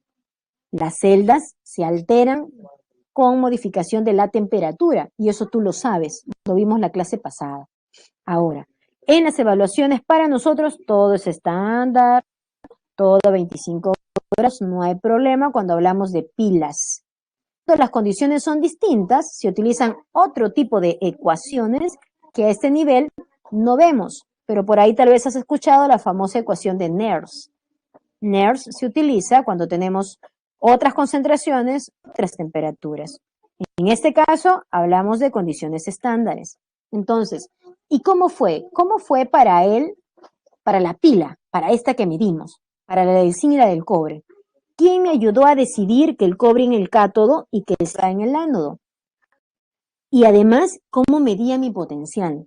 Entonces, ¿quién me ayudó a decidir? Fueron estos datos.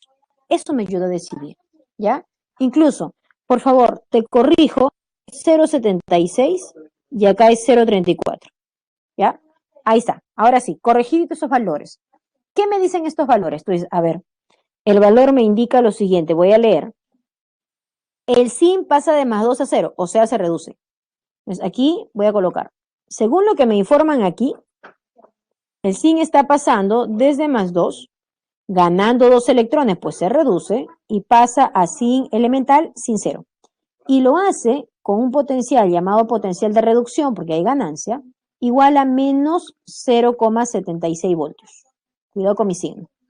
Además, me informan, me dan de dato, que el cobre pasa de más 2 de la solución acuosa gana 2 electrones y pasa a cobre elemental, cobre 0, y eso lo hace con una facilidad, se llama potencial de reducción, igual a más 0,34 voltios. A ti te van a dar estos dos datos. Lo único que yo te pregunto es, dime, si yo tengo al zinc con una facilidad de menos 0,76 voltios para reducirse, y el cobre con una facilidad para reducirse de más 0,34 voltios, dime entonces, ¿quién debe de reducirse en base a estos valores? ¿El zinc o el cobre? Dice, el que tiene mayor potencial de reducción se reduce. O sea, como dice Astrid, según el valor, el cobre debe de reducirse. Por eso es que el cobre se adopta en el cátodo. Y si el cobre se reduce, dime qué le toca al zinc. ¿Qué le toca al zinc si el cobre decide reducirse debido al potencial? ¿Qué le toca al zinc? Si el cobre se reduce, pues el zinc, caballero, ¿no? Tiene que oxidarse. Y entonces, luego de ese análisis, lo único que hacemos es reemplazar. Solo reemplazar, mira. Ya definí, he analizado de que el cobre es el que se reduce y el zinc debe ir hacia el ánodo porque ahí se debe oxidar. Nada más, terminó tu análisis, el resto es tu matemática. Ten cuidado con los signos. Voy a reemplazar potencial de reducción del cobre más 0,34. Potencial de reducción del zinc menos 0,76. Cuidado con el signo. Sumamos o restamos en este caso y tenemos 1,10 voltios. Ah, ok, el potencial me sale positivo, entonces mi pila está funcionando correctamente. Y esa es la cantidad de voltaje que me está dando. ¿Ok? De esa manera vas a representar. Ahora, ¿qué más? Ah, ya, aplicamos aquí. ¿Qué dice? Se construye una celda, una pilita, ¿ya? Con alambres de magnesio y de plomo, o sea, son sus electrodos. Hay soluciones de nitrato de magnesio y nitrato de plomo. Determine quién es el ánodo y cuál es el potencial estándar de la celda. Y obviamente me dan datos, ¿cierto? Porque no tengo nada que memorizar. Ahora, con estos datos tengo mucho que hacer, chicos. Incluso me puedo dibujar toda mi celda aquí. Mira, tengo, a ver, para empezar voy a dibujar acá, ¿ya? Bueno, voy a bosquejar mi sistema. Tengo aquí una solución de nitrato de plata. Perdón, de magnesio, perdón. Y por aquí tengo nitrato de plomo. Me dicen que esto se arma con un alambrecito, pongamos así, de magnesio y el otro alambrecito es de plomo. Y estos dos se conectan hacia algún equipo porque me deben medir el voltaje, ¿cierto? Los electrodos están sumergidos en las soluciones electrolíticas. Y aquí no le pasa nada si yo no cierro el circuito, ¿cierto? Llamado puente salino. Ya armé mi esquema, pero quiero saber quién es el ánodo y quién es el cátodo. Voy a ver mis datos. Observo. Me dicen, aquí voy a analizar, ¿eh? Que el magnesio pasa de más 2 a 0, o sea, se puede reducir con una facilidad de menos 2,37 voltios. Y que el plomo se reduce con una facilidad y pasa de más 2 a 0 con más 0,13 voltios. Bajo esos datos, muchachos, díganme, ¿quién se reduce? ¿El plomo o el magnesio? Fíjate los valores. El que tiene mayor potencial de reducción se reduce. Dime, ¿quién se reduce? ¿El plomo o el magnesio? Perfecto, perfecto, chicos. El plomo. Y entonces tú ya lo decidiste. Ojo, el plomo se reduce, va. Tú dices, bueno, si el plomo se reduce, él va a ser mi cátodo. Y entonces, quien se oxida será el ánodo, en este caso el magnesio. El flujo electrónico va del ánodo hacia el cátodo, así van tus electrones, ¿cierto? Ahora, aquí puedo observar una reducción para el plomo y una oxidación para el magnesio, ¿cierto? Una reducción para el plomo y una oxidación para el magnesio. Puedo medir, me están pidiendo el potencial de la celda. Antes de eso me decían, ¿quién está en el ánodo? Bueno, en el ánodo está el magnesio. Ya está, primera respuesta. El potencial de celda, sabemos, se calcula como el potencial de reducción, ¿cierto? De lo que pasaba en el cátodo con respecto a lo que pasaba en el ánodo. Y tú ya lo analizaste. En el cátodo estaba el plomo, él se reduce. Y en el ánodo está el magnesio, cuidado con el signo, 2,37 voltios. De tal manera que si sumamos, el potencial de la celda es 2,50 voltios. Es esta la cantidad de voltaje que me debe de generar en el sistema. Ya está, respondida mi pregunta. Ahora, incluso, voy a ir un poquito más, ¿ya? Vamos a hacer el diagrama de celda. ¿Te acuerdas del diagrama? El diagrama primero va el ánodo, luego va el cátodo. Vamos a poner el diagrama. A ver, ¿cuál era el diagrama? Ánodo. ¿Qué pasó en el ánodo? Magnesio. Y me dices el magnesio se oxidó. O sea, pasa de 0 hacia carga más 2, que es lo único que tiene el magnesio. Entonces digo, magnesio que estaba en el alambre ha comenzado a disolverse y ha pasado a magnesio más 2 de una solución acuosa. Tengo mi tesalina importante. Y por aquí, si acá tengo el ánodo, y pongo el cátodo, ¿cierto? Y en el cátodo, ¿qué observo? Plomo pasa de carga 2 de la solución acuosa hacia plomo sólido. O sea, este más 2 va a comenzar a depositarse, ¿cierto? A depositarse. Entonces tengo la óxido reducción. Tengo el ánodo y tengo el cátodo. Y entonces adicionalmente coloqué también ahí la celdita, ¿cierto? La celdita o el diagrama que me ayuda a representar todo ello. Entonces, resumo muchachos. Para una celda galvánica o voltaica, tú necesitas identificar quién se oxida, quién se reduce. En base a eso sacamos todo. No te olvides, esos datos a ti te dan. Necesitas reconocer el que tiene mayor potencial de reducción se reduce, el otro se oxida, punto. El resto fluye, ¿ok? Hasta ahí es la parte teórica, chicos. Lo que ahora viene es la resolución de los ejercicios. Así que empezamos. Primera pregunta. Tengo. La electroquímica estudia la interrelación entre reacciones redox y corriente. Ya hemos visto. Pregunta, ¿involucra todo tipo de reacciones químicas? Todo tipo, falso recontra falso. Solo involucra reacciones redox, no cualquier tipo de reacción. ¿La unidad de carga eléctrica es el coulomb? Correcto. ¿Las soluciones acuosas son conductoras de primera especie? ¿De primera? No. Ellas son de segunda especie. Perfecto. Recuerda que las de primera especie eran los metales, ¿cierto? Los metales y no te olvides el grafito. La clave es la B. Perfecto. Primera pregunta, la clave es la B. Sigo. Pregunta 2. Ahora me hablan con respecto a los procesos. En ambos se lleva a cabo semireacciones de oxidación-reducción. Correcto, porque eso es redox. En los galvánicos se producen reacciones redox espontáneas. Correcto, natural, no requiere de un agente externo. Tercero, hacen uso de dos electrodos, siempre dos electrodos, uno llamado ánodo y otro llamado cátodo, a óxido, a la reducción. Pues esa será la incorrecta. Dice, ¿en los electrolíticos se usan puentes?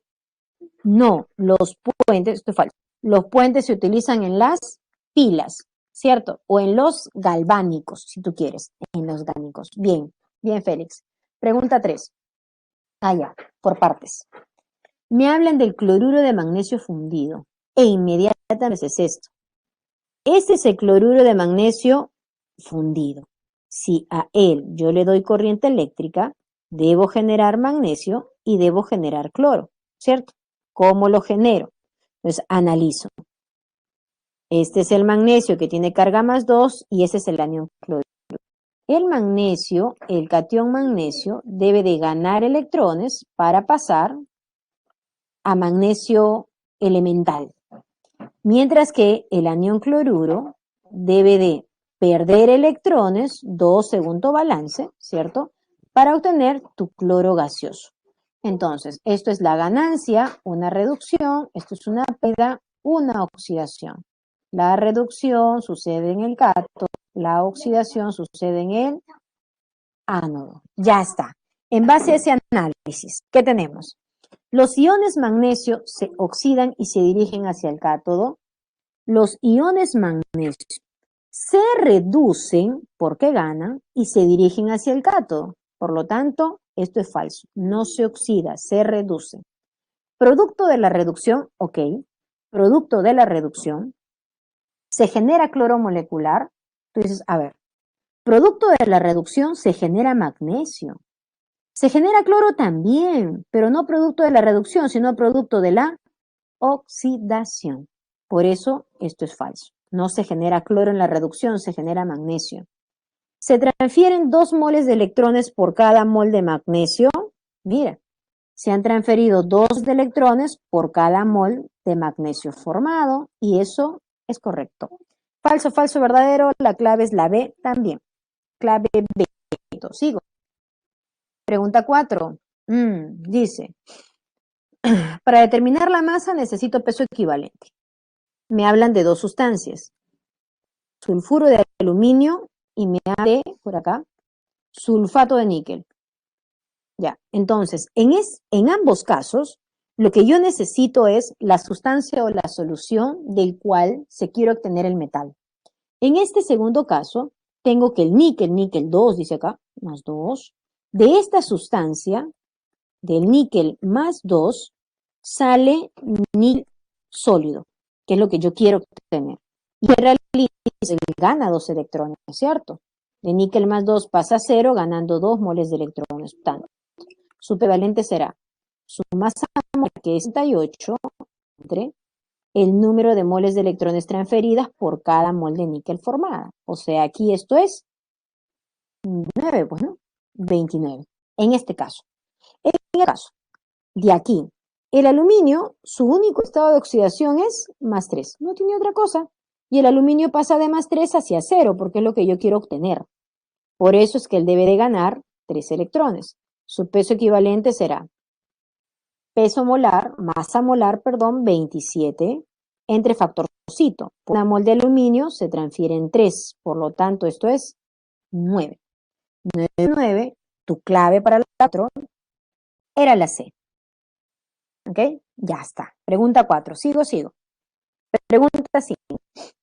En la obtención de cobre, a partir de la calcopirita, seguro, tanto debo hacer una refinación electrolítica. Ok, ¿de quién? De acá. Esto es lo que me importa, mira. Me importa saber de dónde sale el cobre. De una solución acuosa de sulfato de cobre. Ahora, ¿por qué me importa saber eso? Necesito identificar cuál es el estado de oxidación con la que el cobre está trabajando en esta muestra de partículas. Identificando, digo, ok, el cobre viene con carga más 2, gana 2 electrones, pues se tendrá que reducir para formar cobre elemental. Ya está. Necesito esto para determinar este valor. ¿Por qué? Faraday me decía, ¿te acuerdas? Por cada mol de electrones que se transfieren, un Faraday. En esta semiconducción observo que se están transfiriendo 2 moles de electrones si yo quiero generar 1 mol de cobre. Y como tú sabes, por cada mol de electrones, un Faraday. Acá hay 2 moles de electrones, por lo que se necesita 2 Faraday de corriente, entregarle al sulfato de cobre si yo quisiera generar 1 mol de cobre. Eso es lo que yo sé. Eso es lo que mi estequiometría incluso me dice. Ahora, el problema me pregunta, ya, ¿y si yo quiero tener 25 moles de cobre? Entonces, ¿cuántos Faraday debía haberle dado al sulfato de cobre? ¿Cuánto? Bueno, aquí está lo complicado, ¿cierto? Tu operación. ¿Cuánto me sale? 50. La clave es la C. Listo. Sigo. Pregunta 6. De las 6 y la 7 y la 8, estas 3 tienen el mismo contexto con 3 preguntas distintas. En el primer caso, dice, ojo, leamos bien, dice, una forma de proteger de la corrosión y darle un fino acabado a una pistola es realizar un proceso de niquelado, que quiere decir que a esa pistolita le vamos a recubrir con níquel, vamos a depositarle sobre su superficie níquel, ¿ok? Para evitarlos de la oxidación, de la corrosión. Entonces, ¿a partir de qué? Dice, el cual se lleva a cabo en un baño que contiene una solución acuosa de sulfato niqueloso. O sea, ahí el níquel se encuentra con carga más 2. Ya recuerda que el níquel tiene más 2 y más 3. Más 2, ya tú sabes que el sulfato es menos 2 también. Entonces, ahora, ¿qué sucede? Si esto es una solución acuosa, Si es acuosa, dime qué es lo que se genera. Pregunta, ¿le pasa o no algo al níquel? Recuerda. Grupo 1A, 2A, 3A. No le pasa nada. El níquel. ¿Se deposita níquel o no? Incluso ni para pensar mucho, porque aquí me dicen que es un proceso de niquelado. O sea, sí o sí le pasa algo al níquel. Se deposita. Entonces, tú dices, ok, el níquel va a pasar de carga más 2, ganando 2 electrones y se va a depositar. Ya está. Entonces, si hay una ganancia, él se está reduciendo. Y esa reducción ya sabemos que pasa en el cátodo. Hasta aquí ya tengo una respuesta.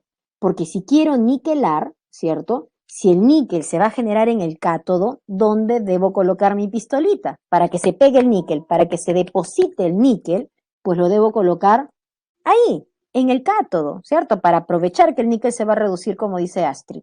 Entonces, si el níquel se reduce, dime quién se oxida. ¿Quién se oxida si es una solución acuosa? ¿Quién se oxida? No, no se oxida el oxígeno. Se genera oxígeno, sí, pero quien se oxida es el agüita, pues. El agüita se oxida para generar oxígeno, es otra cosa. Ya está. Y eso debe estar generándose en el ánodo. Entonces respondo, ¿dónde debo colocar mi pistola? En el cátodo. ¿Y qué se genera en el otro electrodo? Pues se genera oxígeno en el ánodo. Y es por eso que ya habrás marcado tu clave, la C. Muy bien, el agua. Perfecto, Astrid. Pregunta 7. Determine la masa de níquel en gramos depositada sobre la pistola, si por la celda ha circulado esa cantidad de corriente. Ok, entonces quiero la masa de níquel, ¿ya? Entonces, veíamos que el níquel viene de carga más 2, gana 2 electrones, se reduce y pasa a níquel sólido. Quiero determinar la masa de níquel. Sencillo entonces. Peso equivalente, ¿cierto? De níquel por intensidad por tiempo entre 96.500. Y ahí acabó, el resto es tu matemática, ¿ya? Te lo voy a dejar indicado nada más. Esto es igual. Peso equivalente. 58, que es su masa molar, entre 2 por una mol de níquel que pesa 58, su factor es 2. Me dan la intensidad, 3,65 amperes.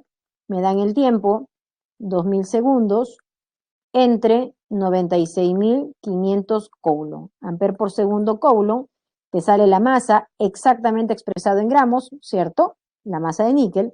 Y esa pregunta 7, tu clave debe ser, a ver si operamos, esto sale 5,8. Muy bien, Félix, 5,8. Perfecto, pregunta 7. Pregunta 8. Dice, determina el volumen en litros medido a condición normal. Entonces, hasta aquí tú dices, bueno, condiciones normales, me hace recordar un valorcito, ¿te acuerdas? 22,4, ¿no? 22,4 para una mol de determinado gas medido a condiciones normales. Bueno, dice, si se ha depositado 11,6 gramos de níquel. Entonces digo, a ver, un momentito. En mi reacción, voy a repetir, el níquel ganaba 2 electrones y se depositaba. En el caso de la agüita, veíamos que el agua generaba oxígeno, ¿cierto? Y en base al balance, yo completaba con esto. Ya está. Entonces, por ganancia de electrones se formaba el níquel y por pérdida de electrones se generaba oxígeno. Ya está. Estoy recordando, ¿ya? Recordando, esto me sirve. Ahora, tengo la masa de níquel, pero a mí me piden volumen de el gas producido, que será el oxígeno. Entonces, por aquí puedo aplicar la segunda ley y decir que la masa de níquel debe ser proporcional a la masa de oxígeno que se generó, ¿cierto? De acuerdo a sus pesos equivalentes, ya que en ambos casos circula la misma cantidad de corriente por el mismo intervalo de tiempo. Y entonces solo voy a reemplazar. La masa de níquel me han dado de datos 11,6. El peso equivalente del níquel ya lo había trabajado en el programa anterior, 58 entre 2. Masa de oxígeno no sé, pero su peso equivalente sí. Su masa molar es 32 y el factorcito es, por una mol de oxígeno que pesa 32, se transfirieron 4 moles de electrones. Y ya está. Al operar, ¿qué tenemos? Me sale que la masa de oxígeno es 3,2 gramos. Esa es la masa de oxígeno formada, pero necesito el volumen, necesito volumen. Entonces voy a repasar estequiometría anterior, porque anteriormente yo sabía, una mol de oxígeno que pesa 32 gramitos a condiciones normales ocupa 22,4 litros, eso es lo que tú sabías. Ahora, si la masa es 32 gramos, ¿qué volumen ocupará? Es 3,2 gramos, ¿qué volumen ocupará? Pues al operar tenemos 2,24 litros. Ese es el volumen ocupado a esas condiciones. Clave A, 8, clave A. Voy acabando. Problema 9. En este problema 9, ¿qué tenemos? A ver, es un problema bonito. Mira, ya tengo, dice, bueno, se habla de los marcapasos. La pila para que funcionen los marcapasos es de 2,80 voltios. ¿Ok? Así funciona el marcapaso, con 280 voltios. Listo. Ahora, por separado, vamos a armar una pilita, ¿ok? Que tiene la finalidad alcanzar ese voltaje. No lo sé si lo alcanzará, voy a analizar. Pero esta es la pila que ya se formó. Acá no tengo que estar pensando, ay, quién se oxida, quién se reduce, voy a dar mis valores. No, porque ya te dijeron que esta es la pila que se armó. Lo único que tú tienes que identificar es qué pasó. El manganeso pasó de 0 a +2, o sea, se oxidó. Y el oro pasa de +3 a 0, es decir, se ha reducido.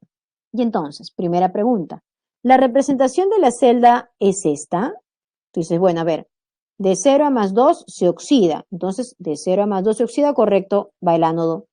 De +3 a 0 se reduce, cátodo. De +3 a 0 se reduce. Identifico sólido, acuoso, acuoso, sólido. Sólido, acuoso, acuoso, sólido. Perfecto. Esa es la representación para mi celda. ¿Por qué? Porque la ecuación me la dijo. Segundo, ¿este es un fenómeno espontáneo? Bueno, para saber que es espontáneo, tengo que calcular el potencial de la celda, pues. O sea, para saber si es espontáneo es porque me generó corriente. A ver, ¿cuánta corriente me habrá generado en el cátodo menos potencial de reducción en el ánodo? ¿Quién está en el cátodo, chicos? En el cátodo está el oro, ¿cierto? Porque él pasó de +3 a 0. Además, él tiene mayor valor ahí, 1,50. Menos 1,18 voltios. Ya está. Opero y el potencial me sale más 2,68 voltios. Entonces, mi pregunta es, ¿el proceso es espontáneo? Correcto, sí es espontáneo. El proceso es espontáneo cuando el potencial de la celda es arriba que 0. Ahí es espontáneo, porque te está generando corriente. Correcto. Tercero, dice, ¿y ese marcapaso funcionará con ese voltaje si yo tengo esta reacción? ¿Funciona o no funciona el marcapaso? Dice, bueno, el marcapaso necesita 2,80 de voltaje, como mínimo. Pero la pilita que yo he armado solo me da 2,68. Por lo tanto, si bien es cierto, mi pila funciona, pero en el marcapaso no, porque en el marcapaso requiere mayor voltaje, requiere 2,80. Por lo tanto, ahí no funciona.